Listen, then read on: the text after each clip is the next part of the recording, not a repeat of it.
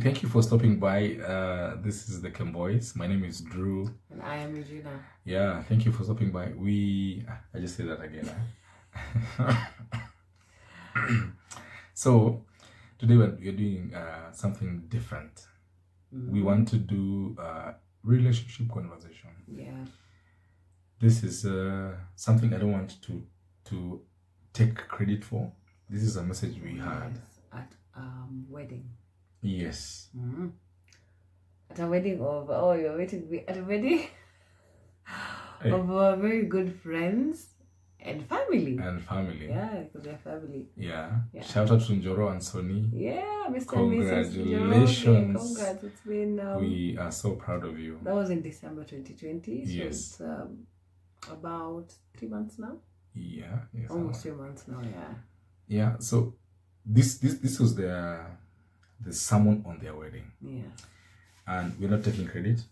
Reverend Dominic Lukundo was the one who did the sermon. Yeah. Amazing. Yeah. In fact, we actually spoke to him after the wedding, and I told him I have to go back and look at this word and split it and just think about it again.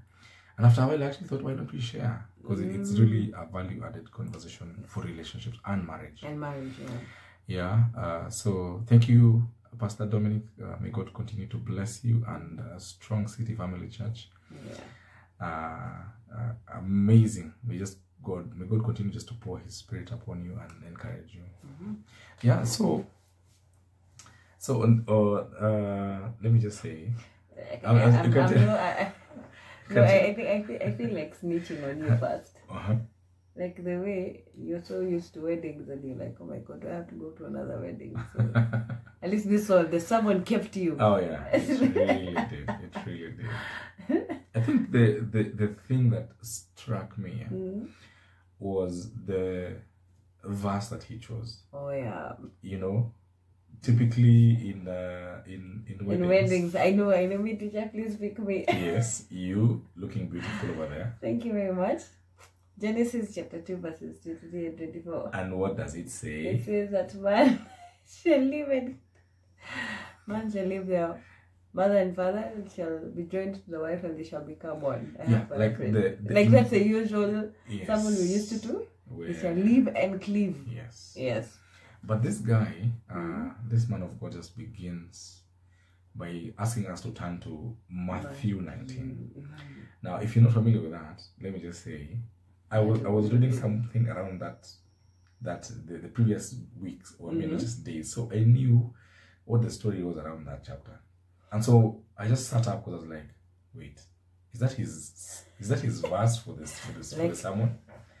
Because I knew that was the divorce chapter. That was the divorce chapter at a wedding. Like, you know, so I just sat up, like, opened a new notebook, and I was like, hey, this one I have to listen keenly. Okay. Because it sounded really interesting to me. And I think we were curious to find out like how we'd actually use that. Yes. During a wedding. Like, yes. Wow. Yes. Yeah. Yeah. So he opens Matthew 19, and Matthew 19 now. This is the conversation where Jesus is asked directly if divorce should be allowed. Yeah. And you know, it's like this momentum question where it's like, should we divorce our wives? And shout out to Jesus, Manze. I mean, the wisdom with which he answers this is just, we can never grow. Yeah, we can never grow up to that extent. Exactly. But he says, Moses allowed you guys to divorce. Yeah. Because of your hard hearts. Yes. But it was not so from the beginning. True. Now, imagine that. Imagine the weight of that statement. God's intention was not for guys to separate. At all.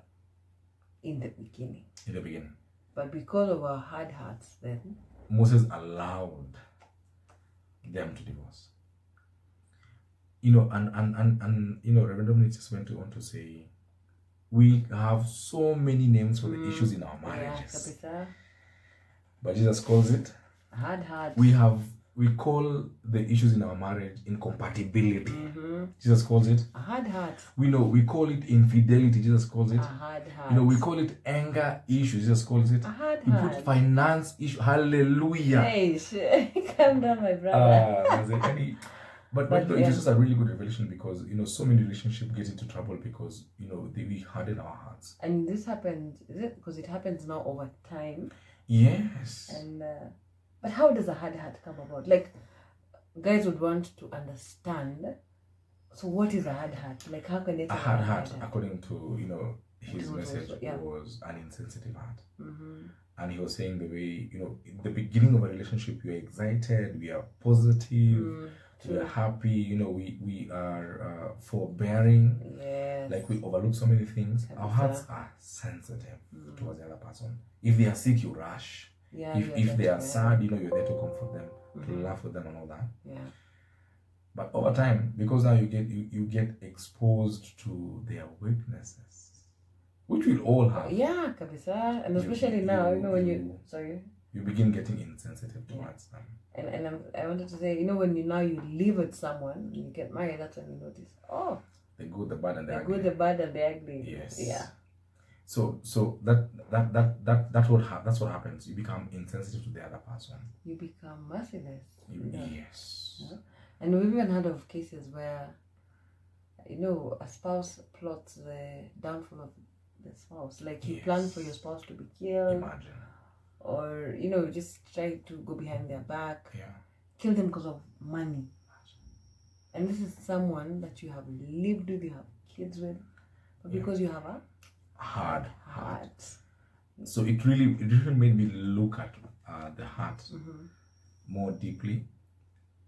And there are other scriptures that he used, like Jeremiah 17. And this is God speaking, and God is saying, sorry, the heart is desperately wicked above all things, and it cannot be cured.